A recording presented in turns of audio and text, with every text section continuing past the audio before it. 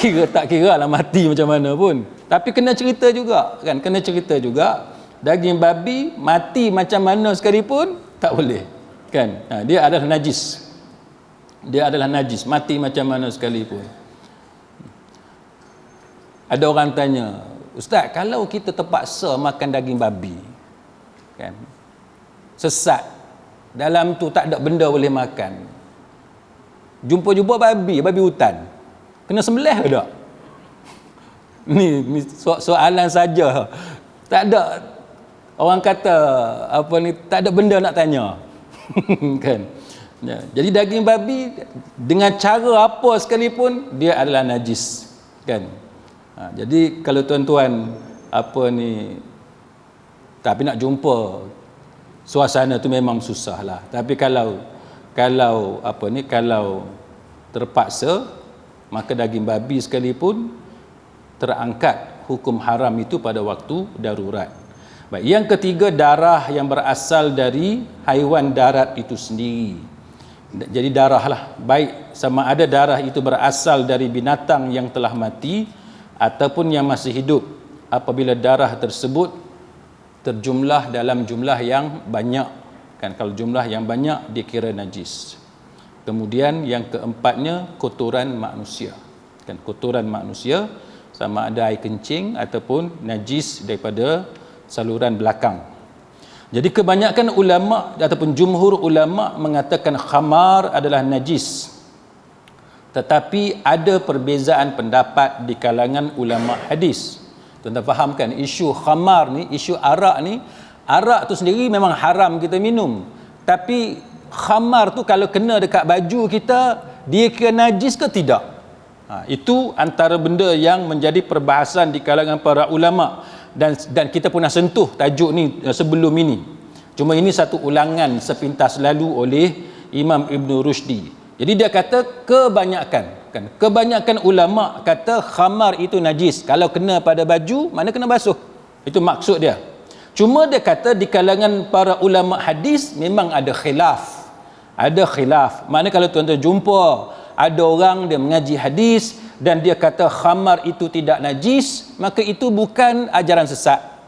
Itu bukan ajaran sesat. Kenapa bukan ajaran sesat? Kerana ia juga sebahagian di antara pendapat ulama. Jadi kita tak boleh kata itu adalah ajaran sesat kan, sebab ia juga termasuk di kalangan di antara pendapat para ulama. Dan mereka berbeza pendapat berkenaan dengan kategori najis ini kepada 7 masalah. Jadi malam ni kita masuk masalah yang pertama yang diutarakan oleh Imam Ibn Rushdi, iaitu bangkai haiwan yang tidak memiliki darah. Baik, dia kata para ulama berbeza pendapat mengenai haiwan yang tidak memiliki darah dan juga bangkai haiwan laut. Ada tak binatang yang tak ada darah? Ada, kan? Dan apa dia status bangkai haiwan laut?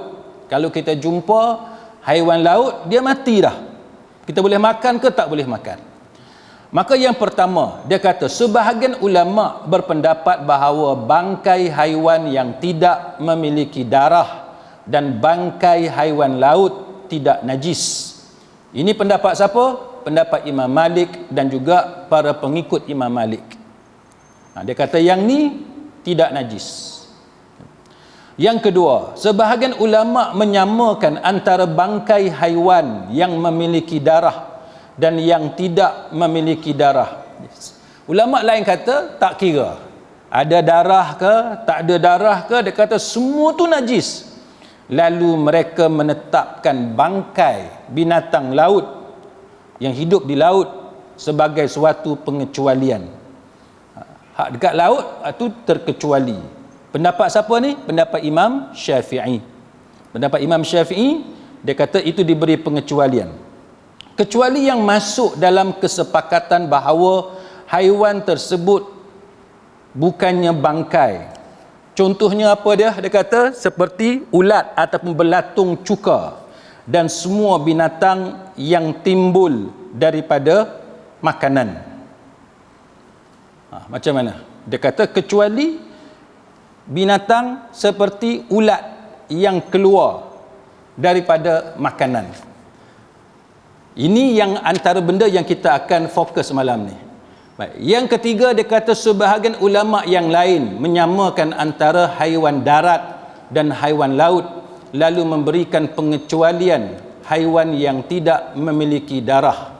Dia kata sama je, haiwan tu darat ke, dia hidup di laut ke, dia kata sama. Tapi pengecualian dia kalau yang tidak ada darah, maka yang tu suci. Siapa kata ni? Ini pendapat Imam Abu Hanifah. Baik, kita berhenti setakat tu, kita ulas antaranya pendapat Imam Syafi'i kan, yang kita baca tadi, pendapat yang kedua, yang kata sebahagian ulama menyamakan antara bangkai haiwan yang ada darah dan yang tidak ada darah. Semua tu najis. Semua tu najis. Tapi kalau hidup di laut, yang tu tak masuk dalam isu ni. Siapa yang kata lagu ni? Antaranya ulama yang kata gini adalah Imam Syafi'i. Kecuali dia kata yang masuk dalam kesepakatan di kalangan para ulama bahawa haiwan tersebut bukannya bangkai. Ulama berpendapat yang termasuk dalam kategori bukan bangkai, contohnya ulat cuka, belatung cuka, dan semua binatang yang muncul dari makanan. Hak mana keluar daripada makanan itu, yang tu diberi pengecualian. Yang ni ada perbahasan di kalangan para ulama. Baik. Apa dia contoh, tuan-tuan sekalian? Contohnya ialah kalau orang Kelantan dia buat budu. Kan? Lepas tu dalam budu tu keluar ulat. Ataupun buah. Tuan-tuan simpan buah tu. Macam saya balik kampung saya baru ni, kan, belakang rumah saya di Kelantan tu ada pokok durian banyak. Kutik buah durian, ada yang rosak dimakan oleh tupai apa semua. Lepas tu ada ulat. Jadi dia keluar ulat. Ulat tu boleh makan ke tak boleh makan? Ini kita akan fokus sebab yang ni yang dekat dengan kita, yang biasa kita jumpa. Baik, tuan-tuan sekalian, dalam membahaskan isu ini, contohnya kita mulakan dengan hadis Bukhari dulu. Hadis Abu Hurairah radhiyallahu anhu, bahawa Nabi sallallahu alaihi wasallam bersabda, "Idza waqa'a adh-dhubabu fi syarabi ahadikum falyaghmis thumma liyanzi'hu fa inna fi ihda janahaihi da'an wal ukhra shifaa." Nabi kata, jikalau satu ekor lalat, kan, zubab, dia ni, lalat ni jatuh dalam minuman. Lalat tu jatuh dalam minuman. Dia duduk main dekat cawan kita, gelas kita, kita nak halau dia, dia terkejut kita nak halau dia, dia jatuh. Dia jatuh. Padahal kalau kita nak pukul dia dah lari. Tapi mungkin dia terkejut ke apa, dia jatuh. Bila dia jatuh dalam minuman, Nabi kata apa? Celupkan dia. Celupkan dia. Lepas tu Nabi kata buang lalat tersebut. Jangan tuan-tuan celup pergi minum dengan lalat tu. Kan? Nabi kata celup, lepas tu buang. Hak ni yang almarhum Dr. Yusuf Al-Qaradawi rahimahullahu ta'ala dia ulas. Kan? Dia ulas. Pasal bila lalat masuk dan Nabi suruh celup, lepas tu Nabi suruh buang. Lepas tu ada ataupun tidak perintah untuk kita minum. Kan? Tuan-tuan, kalau tuan-tuan mengaji antara tulisan Dr. Yusuf Al-Qaradawi seperti kaifana ta'amul ma'as sunnah sebagai contoh, bagaimana berinteraksi dengan sunnah. Baik, lepas tu dia kata apa? Hadis ni kata bila kita celup lalat tersebut dalam minuman itu, buang lalat itu.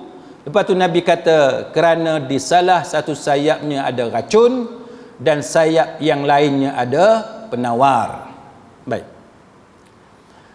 Para ulama bila dia ulas benda-benda yang macam ni, dia pun bahas lebih panjang lebar. Apa dia? Dia kata tidak berarti jikalau suci dia jadi halal. Contoh, dia kata boleh jual cacing yang mana diletakkan pada mata kail untuk memancing ikan. Jikalau kita menjual binatang kecil kerana ada manfaat dan suci, berarti boleh dan jual belinya sah. Kan? Cacing yang kita buat umpan tu. Kan? Cacing yang kita buat umpan. Cacing tu halal tak kita makan? Nak tanya sini siapa pernah makan cacing? Kok lah. Dia letak dekat mantakai dia, cik teringin pula, sedap pula nampak. Dia kata buh kat mulut pula kan. Kita nak tanya yang tu. Kan? Baik. Kita tengok tuan-tuan. Jadi itu dia ada perbahasan di kalangan para ulama. Baik, kita tengok apa dia perbahasan di kalangan para ulama berkenaan dengan hukum kita makan binatang-binatang yang macam tu. Baik, contohnya kita yang paling mudah untuk kita refer antaranya ulama mazhab Syafi'i seperti Al-Imam An-Nawawi rahimahullahu taala. Baik, untuk kita faham tajuk ni tuan-tuan, kita tengok contohnya surah Baqarah ayat 168. Surah Baqarah ayat 168 Allah Taala kata apa? Allah Taala kata a'udzubillahi minasyaitonir rajim, ya ayyuhan nas, wahai manusia. Allah Ta'ala kata kulu, makanlah, mimma fil ardi halalan tayyiba. Allah Ta'ala suruh makan apa? Benda makanan yang halal dan baik, yang elok, kan? Daripada apa yang ada di atas bumi, mimma fil ardi, daripada apa yang ada atas bumi ni. Lepas tu Allah Ta'ala sambung, wala tattabi'u khutuwatis syaitan, jangan kamu ikut jejak langkah syaitan, innahu lakum aduwwum mubin, kerana sesungguhnya syaitan itu adalah musuh yang nyata bagi kamu. Baik, kalau tuan-tuan tengok dalam ayat ni, Allah Ta'ala kata nombor satu, makan. Allah Ta'ala suruh makan. Makan yang benda yang macam mana? Yang halal, lepas halal yang baik. Tapi Allah Ta'ala larang kita ikut jejak langkah syaitan. Sebab apa? Sebab Allah Ta'ala kata innahu lakum aduwwum mubin, sesungguhnya bagi kamu setan itu aduwun, lepas tu mubin, dia tu musuh. Tak cukup dengan musuh, Allah Ta'ala kata mubin, yang jelas-jelas, very clear, setan ni dia musuh kamu. Baik. Jadi apa yang dihalalkan oleh Allah Ta'ala ialah makanan yang elok, makanan yang baik. Manakala makanan yang tidak baik, Allah Ta'ala larang kita daripada kita makan, ambil makanan tersebut. Maka timbul soalan yang kita cerita tadi, macam mana ulat ataupun cacing. Tuan-tuan buat makanan, kan, tiba-tiba daripada makanan tuan-tuan tu muncul benda-benda tu. Ulat, ada cacing apa semua tu. Bolehkah kita makan ulat buah? Kan? Boleh tak kita makan ulat buah? Ini benda yang ulama bincang. Pasal apa tuan-tuan? Sebab kita tak mau kita ni pergi makan benda yang tak elok. Kalau kita makan benda yang tak elok, apa kesan kepada kita? Apa kesan kepada kita? Dalam ayat tadi Allah Ta'ala sebut innahu lakum aduwwum mubin, setan tu adalah musuh kamu yang nyata. Jadi dia ada kaitan dengan setan tuan-tuan. Itu menunjukkan benda tu tadi benda yang akan memudaratkan kita. Baik, maka berkenaan dengan ulat dan juga cacing, para ulama menyebut hukum asal. Ni kita cerita hukum asal dulu. Cacing, ulat ataupun apa-apa istilah yang lebih kurang sama itu, hukum asalnya adalah haram. Itu hukum asal. Baik, contohnya dalam kitab Minhajut Talibin, Imam An-Nawawi rahimahullahu taala, dia kata apa? Dia kata ni, semut tak boleh makan, lebah tak boleh makan, lalat tak boleh, lalat memang tak makan lah. Kan? Lepas tu kumbang tak boleh makan, lepas tu ulat tak boleh makan. Dia sebut termasuk ulat tak boleh makan. Maka bila kita kata ulat tak boleh makan, kita ada masalah. Sebab kadang-kadang kita makan buah apple, dalam buah apple tadi ada ulat. Kita makan pisang, pisang tadi adalah tempat-tempat yang nampak macam lebam sikit apa semua, kat situ keluarnya ulat.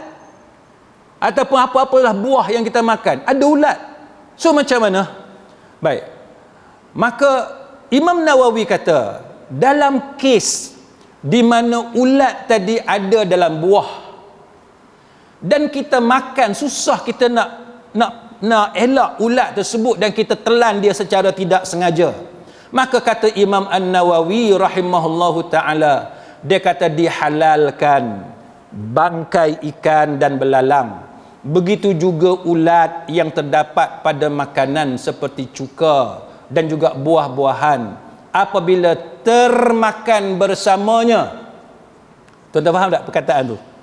Apabila termakan bersamanya, dalam pendapat yang lebih kuat.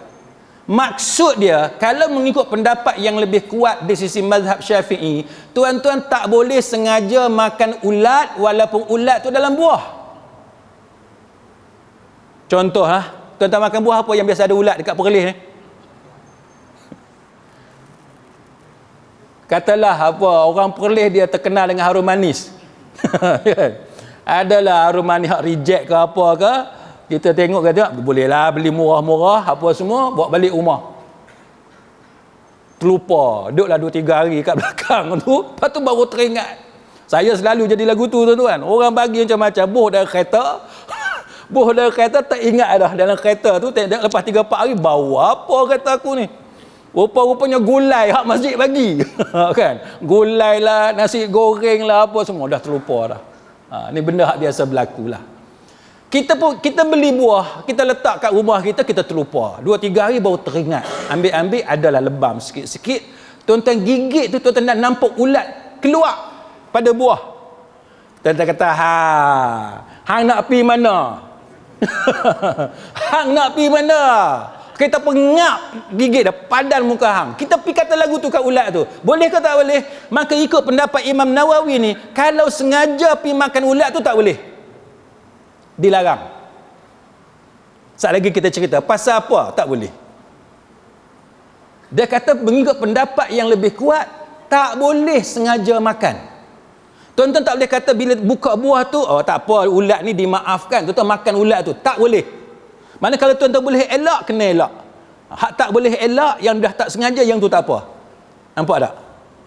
Itu yang kata ulat buah tadi. Baik. Maka antara yang mengulas apa yang disebut oleh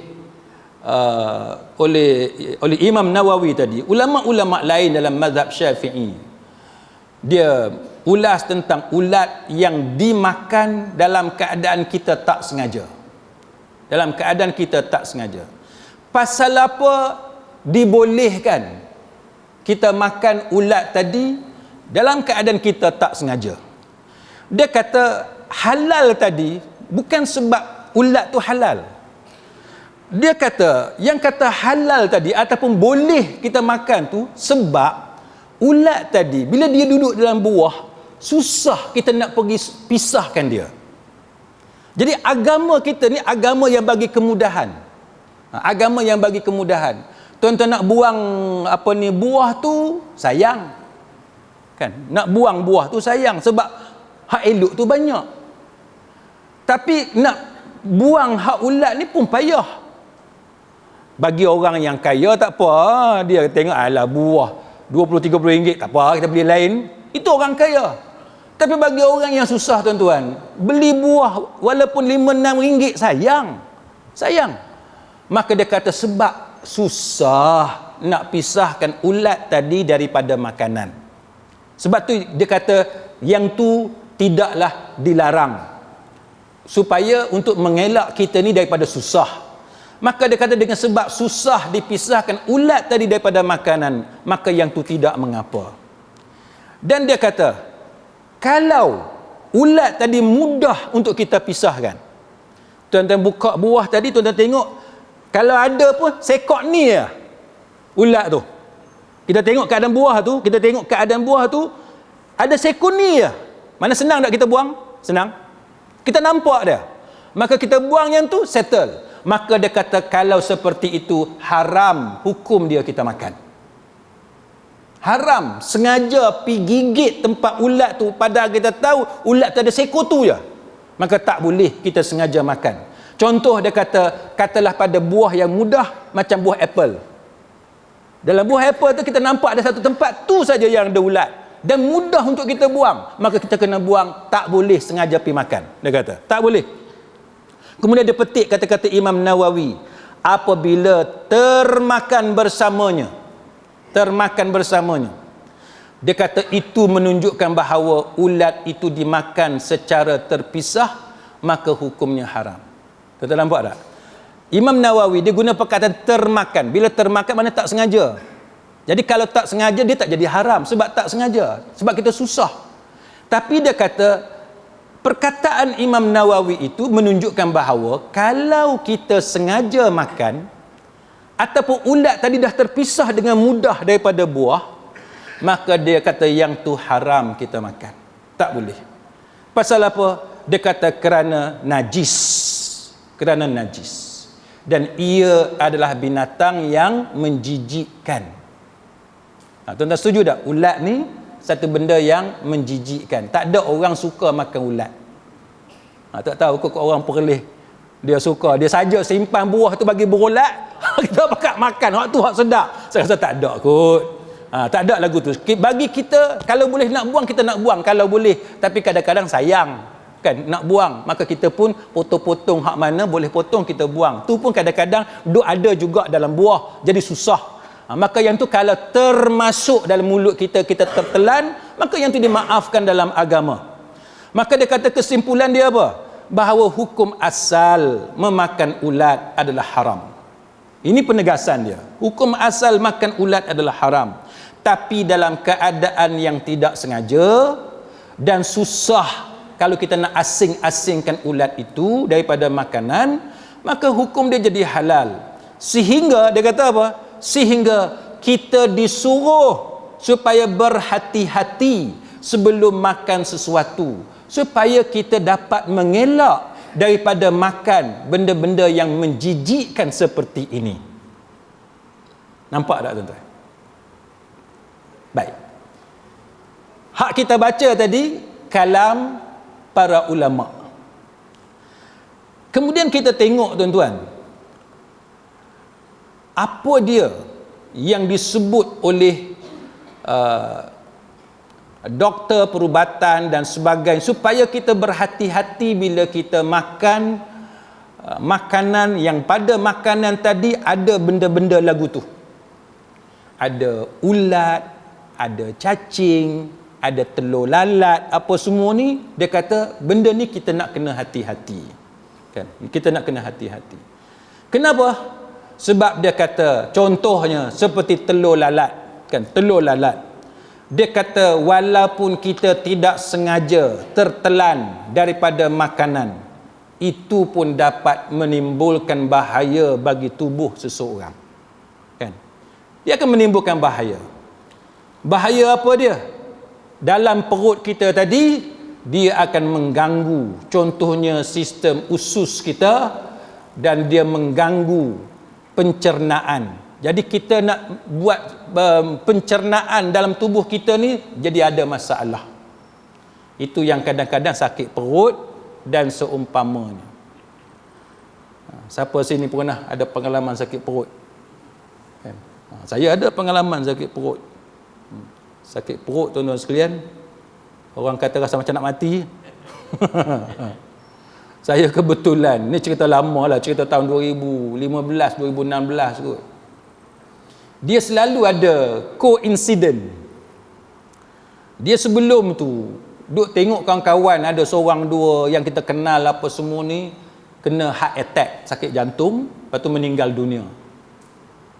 Kan? Lepas tu ahli keluarga ceritalah dia berpeluh dululah apa semua. Kan? Jadi bila berpeluh lepas tu kena heart attack, lepas tu meninggal. Yang saya ni pula tuan-tuan, kebetulan nak jadi ke cerita tu, nak buang air besar pun apa ni 2-3 hari tu buang air besar pun tak ada, keluar angin pun tak ada, kencing pun tak ada, dia sikit lah kencing. Saya pun pelik, tak pernah lagi 2-3 hari duk kencing sikit kan? Perut tak adalah rasa sakit. Sehingga saya ada mesyuarat masa tu di Putrajaya. Tengah-tengah mesyuarat pula style mesyuarat VIP tuan-tuan, pakai tie, pakai coat. Ni susah betul. Jenis mesyuarat pakai coat, pakai tie ni susah. Aircon. tengah mesyuarat ni berpeluh tuan-tuan, berpeluh. Kita baru je dengar cerita kawan kita hak kata berpeluh tadi mati tu. Saya kata sudah, ni giliran aku pula. Kan kita selalu tengok dalam media, kalau ada aksiden hak teruk, lepas tu ada pula aksiden hak lebih kurang sama, 2-3 kali berturut-turut. Kata aku ni nak masuk berita pula. Kita tengok kawan kita 2 orang dah meninggal dunia sebab sakit jantung. Family cerita dia berpeluh apa semua. Saya kata sudah. Pergi toilet tuan-tuan sekalian, buka kot, buka apa ni tie, masih berpeluh walaupun dalam aircon. Naik kapal terbang nak mendarat di bayang lepas tu, duk plan dah kok mana pun kena pergi emergency terus. Kebetulan masa tu dekat dengan balik pulau, terus pergi balik pulau. Masuk emergency tuan-tuan, masuk hospital, baru tahu yang kata sakit perut ni, kalau orang kata mungkin boleh mati ya. Kalau orang kata mungkin boleh menyebabkan kematian, yalah tuan-tuan. Betul ya? Sebab tu kita, sementara kita sihat ni tuan-tuan, sementara perut kita tak ada masalah, usus kita elok apa semua, jaga bagi elok. Jaga bagi elok. Kawan-kawan saya yang kena macam-macam ni, ada yang kena potong lah apa semua, macam-macam. Dia pun duk cerita. Sebab apa? Sebab makan tak jaga, minum tak jaga. Bila kena jadi problem. Jadi berbalik kepada cerita kita ni tuan-tuan sekalian, maka antara benda yang bahayanya, ialah telur lalat. Kadang-kadang kita, periuk kita tu kita tak tutup kan. Lalat datang, dia bertelur, nampak apa putih-putih kan, nampak putih-putih tu, kita kadang-kadang tak perasan, kita makan. Jadi ini antara benda yang kita nak kena hati-hati. Jadi kalau tuan-tuan tengok periuk tu tadi terbuka, tengok dulu, cek dulu, supaya kita tidak termakan benda yang tidak sepatutnya. Adakah di antara kita ni yang kata, tak apa ustaz, telur lalat apa kalau kita panaskan dia mati semua? Saya ada seorang hak rapat dengan saya kata kat dia, telur ayam tu kena basuh kan, telur ayam kena basuh. Dia petikai pula, pasal apa kena basuh? Saya kata bila kita tak basuh, kita duk pegang dia tu, kita pecahkan telur tadi, takutlah ada sikit daripada najis tu dia jatuh dalam kuali tu. Dia kata abang tahu tak, dia kata tahi tu kalau jatuh dalam kuali, minyak panas dia mati semua. Dia boleh bergaduh dengan kita tu pasal dia tak mau pergi basuh. Orang lagu ni tuan-tuan susah kan. Orang lagu ni susah. Tapi alhamdulillah zaman kita sekarang ni dah ramai dah orang yang ada kesedaran. Tuan-tuan pergi pasar malam sekarang ni, dah banyak dah dia tulis kat situ telur ayam dibasuh, betul tak? Dia jual murtabak ke, dia jual roti canai, dia tulis telur ayam dibasuh. Itu menunjukkan bahawa kita ada kesedaran. Kita ada kesedaran. Dan sekarang ni tuan-tuan sekalian, bila kita nak pergi kedai makan dan sebagainya, dah banyak dah panduan-panduan yang dikeluarkan oleh pihak berkuasa dalam negara kita supaya kita berhati-hati dalam kita memilih tempat makan. Jadi dalam KKM punya penerangan daripada KKM, dia kata bahawa bila kita kata makanan tu bersih, dia kata maksud bersih tu apa dia? Maksud bersih, dia kata yang pertamanya makanan tu bersih daripada kuman yang berbahaya. Itu satu. Yang kedua, dia bersih dengan maksud dia tidak beracun. Dia tidak beracun. Yang ketiga, dia bersih daripada najis. Tuan-tuan tengok orang yang tukang masak tu apa semua, tuan-tuan tengok. Dia tu bersih ke tidak? Dia bersih ke tidak? Kadang-kadang tukang masak ni dia pakai cincin. Dia pakai cincin, dia masuk toilet, cincin hak tu lah. Hak dia tangan belah kiri itu saya tak mau sebut lah, tuan-tuan boleh tahu sendiri. Dia tak buka cincin tu, dia basuh pun dia basuh lebih kurang, hak tu lah dia duk tebal roti canai ke apa ke, yang tu tuan-tuan lah boleh rasa lah, sedap tak sedap roti canai lagu tu. Jadi kita tak boleh kan, kita kena ada rasa sensitif benda-benda macam tu. Saya pernah kena tuan-tuan satu kedai, saya pergi. Tukang masak ni, dia keluar daripada dapur tu, dia duduk kat kursi depan saya, dia tengok TV. Tuan-tuan tahu apa dia buat? Dia korek hidung dia. Saya yang tu saya tak apa lagi. Bak korek hidung tu saya tak apa lagi. Saya duduk tengah makan ni. Duduk tengah makan. Dia duduk depan saya. Dia duduk korek hidung. Minta maaf lah saya cerita. Tapi saya cerita supaya tuan-tuan perhati juga bila nak pergi makan di tempat yang macam mana. Dia korek hidung, lepas tu hak dia korek tu dia landing kat mana? Hak mana dekat? Hak mana dekat? Dia landing dua tempat tuan-tuan. Ada dua airport. Dua airport. Satu bawah meja tu dia calik kat situ. Satu lagi bawah kursi. Saya kata sudah. Saya hilang selera makan ni. Hilang selera makan. Tak apa lagi yang tu. Hak lagi saya tak boleh nak terima tuan-tuan. Bila tokel dia panggil dia, ni ada order baru suruh pergi masak. Dia pergi straight dapur, dia tak basuh tangan. Ni yang kita kata. Sebab tu kita kadang-kadang sakit perut, macam-macam benda yang kita alami sebab tidak menjaga kebersihan.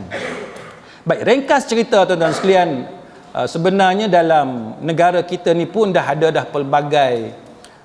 pelbagai apa yang kita kata panduan supaya terhindar kemudaratan kepada kita dengan sebab kita makan benda-benda yang najis dan juga kotor.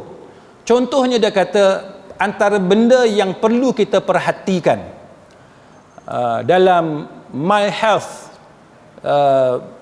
yang sebagai panduan kepada kita di Malaysia ni tuan-tuan, dia kata macam mana kita nak pilih tempat makan yang bersih. Kan, guidance on choosing clean and hygienic food premises. Panduan macam mana kita nak pilih premis kedai makan yang bersih macam mana.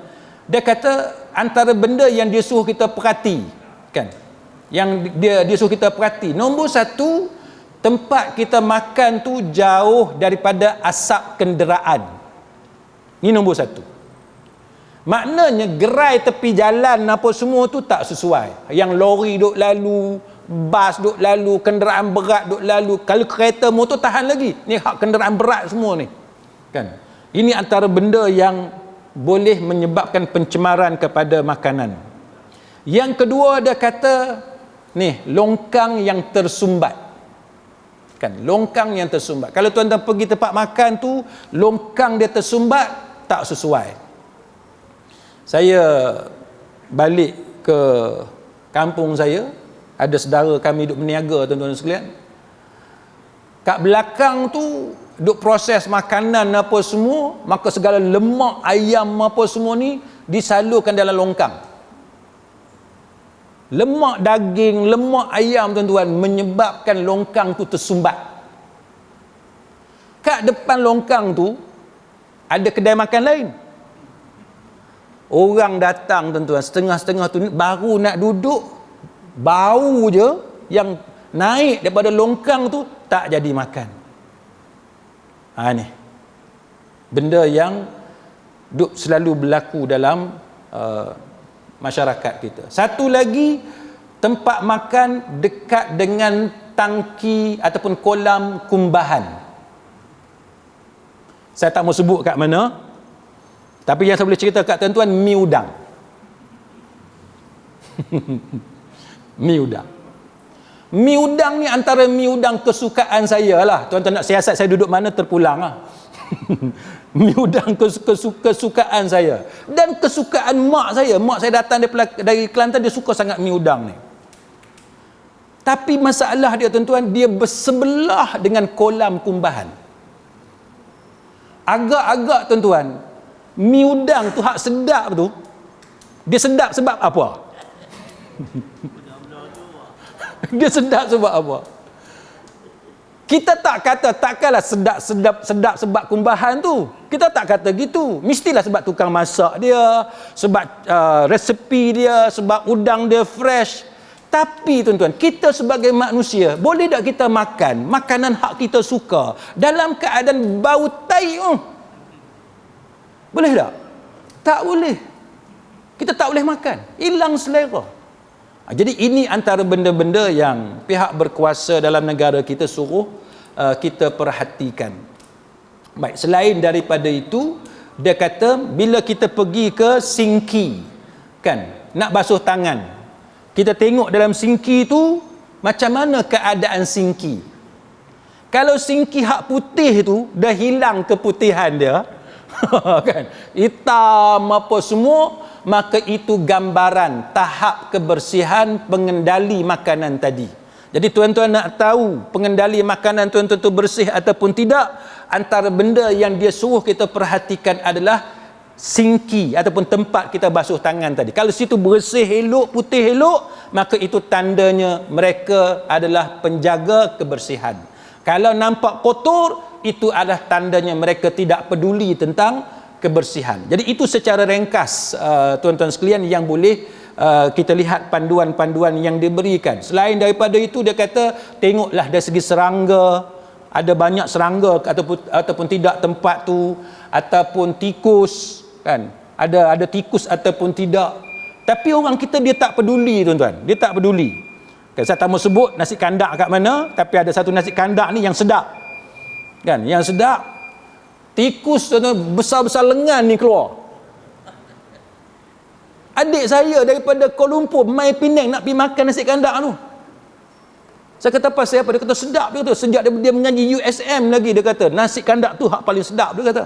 Dia duduk di situ. Lepas tu saya tanya dia, nampak tak Cik T? Dia kata ada. Dia kata ada. Dan saya pun tuan-tuan, bila saya makan dekat situ, sebab kawan-kawan duk ajak pergi situ, kawan-kawan daripada Kelantan, bukan kawan daripada Penang, kawan daripada Kelantan duk ajak pergi, tikus yang duk panjat atas rak-rak yang ada tu, terang-terang depan kita. Itu contoh, kan, yang mana tempat-tempat macam tu tak sesuai sebenarnya untuk kita makan. Baik, saya nak cerita dekat tuan-tuan, apa kaitan dengan setan? Apa kaitan setan? Apa kaitan? Tuan-tuan, setan, syaitan ni dia suka tempat macam mana? Kita dengar cerita orang tu kena kacau, kena ganggu, kena usik, macam-macam kita dengar cerita. Di rumah dia, di sekolah dan sebagainya. Tuan-tuan, setan suka tempat macam mana? Setan suka tempat kotor. Bilik air kita macam mana? Saya pernah cerita sebelum ni kat tuan-tuan. Saya pergi hantar anak saya pergi mengaji di universiti, asrama perempuan. Buka laci asrama perempuan ni tuan-tuan, yang pad wanita tu dia pergi tampar kat dinding. Tuan-tuan tahu pad? Tahu? Mana dia akhlak? Mana dia hygiene, kebersihan? Mana dia kemuliaan kita sebagai wanita muslimah? Pad tu dia boleh, dia pergi buka pad tu, dia pergi tampal dekat almari. Ni tuan-tuan. Lepas tu bila kena usik, kena ganggu, kononnya apa semua, kata orang hantar santau lah, hantar apa, sebab cinta tak berbalas apa semua. Padahal kita yang duduk dalam suasana kotor yang disukai oleh syaitan. Sama dengan rumah kita. Rumah kita tuan-tuan, tong sampah kita macam mana? Dapur kita macam mana? Lepas tu bila rumah kita berserabut, bergaduh, anak-anak dalam rumah tu dikacau dan sebagainya, duduk tidak tenteram, kita kata ini adalah begitu begini dan sebagainya. Sedangkan kita yang jemput syaitan itu untuk duduk bersama-sama dengan kita. Kalau kita tidak mahu syaitan suka kepada kita, kita kena mewujudkan keadaan di mana syaitan tidak suka kepada tempat tu. Syaitan tak suka tempat bersih, kan? Tempat di mana manusia tadi taat kepada Allah Subhanahu wa taala. Ni semayang pun tidak. Dahlah tak semayang, tampal gambar artis, kan? Lepas tu pula dalam keadaan rumah tu sendiri kotor. Tu kita tak cerita hak jenis orang perempuan dengan rambut gugur apa semua bersumbat habis, lubang bilik air tak dibersihkan, jadi kotor bilik air dan sebagainya. Jadi ini semua tuan-tuan sekalian, dia ada kaitan dengan benda-benda yang disukai oleh syaitan, yang mana kita kena menjaga kebersihan. Baik. Azan, minta maaf. Azan. Baik, silakan.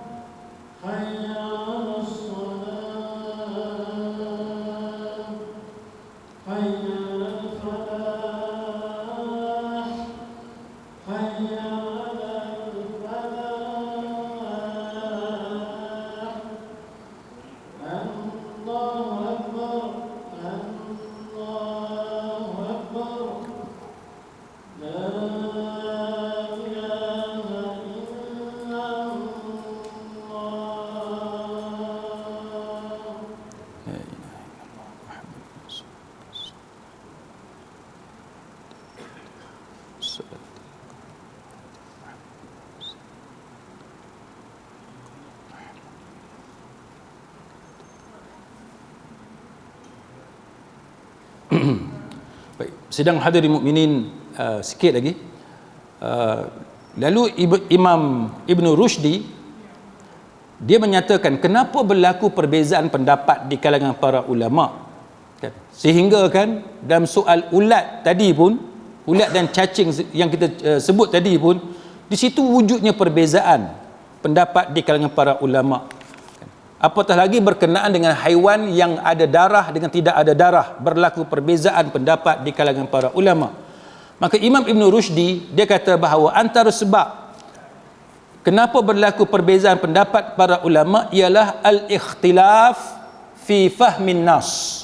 Perbezaan pendapat ulama dalam memahami nas, iaitu nas yang ada dalam surah Maidah ayat yang kelima. Allah Ta'ala berfirman, hurrimat alaikumul maitah, diharamkan bagi kamu makan bangkai. Haram bagi kamu makan bangkai.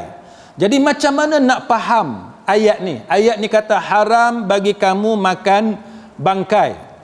Maka apa yang dimaksudkan di sini? Sebahagian ulama dia kata bangkai haram kecuali bangkai laut dan haiwan yang tidak ada darah. Jadi mereka memberi pengecualian kepada haiwan laut sahaja, dan ada yang memberi pengecualian kepada haiwan yang tidak ada darah.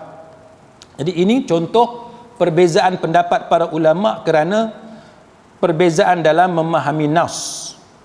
Kemudian antara benda yang dijadikan pengecualian ialah contohnya seperti lalat yang kita baca tadilah, kan, iaitu bila Nabi kata tenggelamkan lalat yang hinggap ke dalam makanan tadi.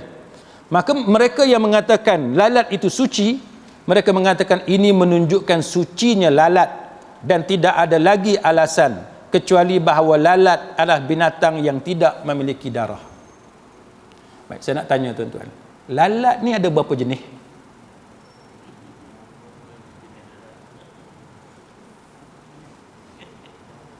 Orang Perlis panggil apa lalat yang urung tahi tu? Ha? Panggil apa? Lalat hijau kan? Lalat hijau. Nak tanya tuan-tuan, nak tanya, kalau lalat hijau tu kan dia mai kat gelas tuan-tuan, nak tanya tuan-tuan nak tekan dia masuk dalam ayak ke?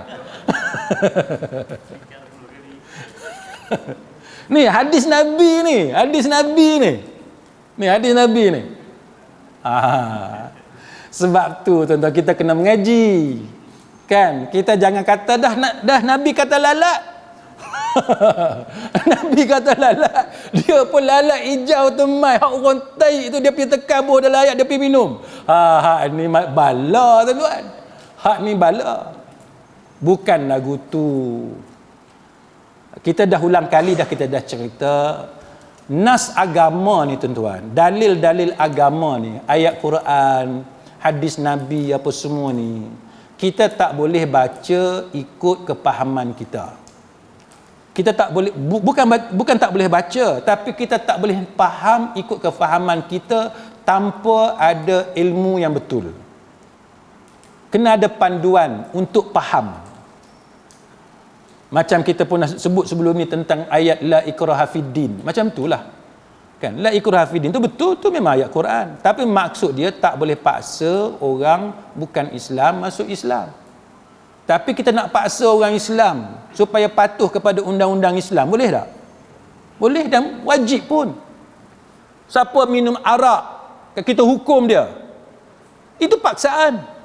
Siapa yang berzina, kita hukum dia. Itu paksaan. Siapa khalwat, kita hukum dia. Dan kita wajibkan, kalau siapa nak halalkan hubungan lelaki dan perempuan, dia wajib kahwin.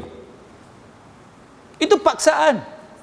Jadi kalau orang kata tidak ada paksaan dalam agama, kita kata maksud tidak ada paksaan dalam agama tu ialah tak boleh paksa orang bukan Islam masuk Islam. Itu maksud dia. Sama dengan lalat. Bila Nabi kata tenggelamkan lalat tu, tuan-tuan kena tahulah lalat apa. Jangan lalat hijau tu tapi tenggelam dalam tu. Jadi para ulama membahaskan tajuk ni panjang tuan-tuan sekalian, cuma secara ringkasnya di sisi ulama yang kata lalat itu tidak kotor, mereka kata yang dimaksudkan oleh Nabi itu ialah lalat rumah, dia panggil lalat rumah. Lalat itu yang dimaksudkan oleh Nabi dalam kes ni. Tetapi itu tidak bermaksud tuan-tuan wajib untuk melakukan sedemikian.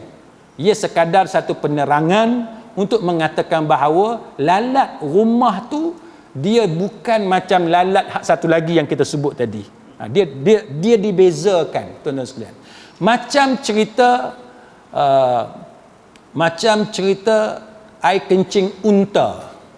Kan, air kencing unta. Siapa kat sini yang pergi umrah, lepas tu mutawif yang naik bas dia bawa tuan-tuan pergi kat ladang unta, lepas tu dia jual air kencing unta, tuan-tuan pergi beli, lepas tu pergi minum. Ada? Siapa sini? saya bawa sahabat-sahabat pergi umrah, dia pun tanya, boleh minum tak ustaz? Ada satu ustaz seorang tu dia kata apa? Dia kata badui ni bukan boleh percaya sangat, entah air kencing dia apa. Dia macam cerita orang niaga tepi jalan lah. Orang niaga tepi jalan kan. Dia kata madu sebagai contoh. Tuan-tuan pergi Cameron Highland, kat tepi jalan tu ada madu. Jual madu kan dalam botol tu kan. Siapa yang jual tu? Orang asli. Oh, kita kata ni orang asli ke asli ya? Orang asli tu tuan-tuan. Dia pakai iPhone tahu tak? Tuan-tuan pakai Android ya. Dia lagi canggih daripada tuan-tuan. Entah tuan-tuan kena tipu apa. Jadi kita tak tahu. Bukan saya kata orang asli tipu, tak. Saya tak kata orang asli tipu. Tapi apa dia jaminan yang ada tepi jalan tu itu asli? Apa jaminan? Mungkin asli, mungkin juga tidak asli, kita tidak tahu. Samalah juga dengan tuan-tuan pergi ke tempat-tempat yang macam tu, dia jual air kencing unta. Kita tak tahulah apa benda. Tetapi para ulama berbeza pendapat tentang masalah air kencing unta tadi. Ulama Hanabilah mengatakan bahawa dia suci. Itu dalil yang menunjukkan dia suci. Maka binatang yang halal daging dia, maka air kencing dia itu juga suci. Jadi siapa yang sanggup minum, dia minum. Kan, siapa sanggup minum? Saya tak mau. Kan? Saya tak mau. Kok-koklah jemaah umrah saya kata, Ustaz try dulu. Ustaz try dulu. Saya tak mau. Saya tak mau. Hak ni saya pegang mazhab Syafi'i. Yang ni saya pegang mazhab Syafi'i. Dia kata air kencing unta najis. Jadi peristiwa Nabi suruh minum air kencing unta itu dalam keadaan darurat. Dalam keadaan darurat, untuk menyembuhkan penyakit, memang apa-apa pun boleh bila kita darurat. Yang tu pun kita dah pernah cerita sebelum ini, hatta kalau diambil daripada babi sekalipun, tapi kalau itu yang terbaik kan, kalau itu yang terbaik, kalau hak daripada lembu ada tapi dia melambatkan penyembuhan ataupun penyembuhan dia tidak sebagus yang bahan diambil daripada babi, maka agama memberi kelonggaran kepada kita dengan syarat tidak ada alternatif lain yang boleh setanding daripada sumber yang datang daripada benda najis tadi. Itu syarat dia. Jadi itu menunjukkan apa? Menunjukkan kelonggaran dalam agama bila melibatkan nyawa. Kan, bila kita terdesak, kita terpaksa. Tak adalah agama ni mengekang kita sehingga menyebabkan hilang nyawa dan sebagainya. Jadi sekadar itu tuan-tuan sekalian, mudah-mudahan ada sedikit manfaat untuk kita semua. Wallahu a'lam. Aqulu qawli hadza wa astaghfirullahal azim li wa lakum. Wassalamu alaikum warahmatullahi wabarakatuh. Subhanakallahumma wa bihamdik asyhadu an la ilaha illa anta astaghfiruka wa atubu ilaik.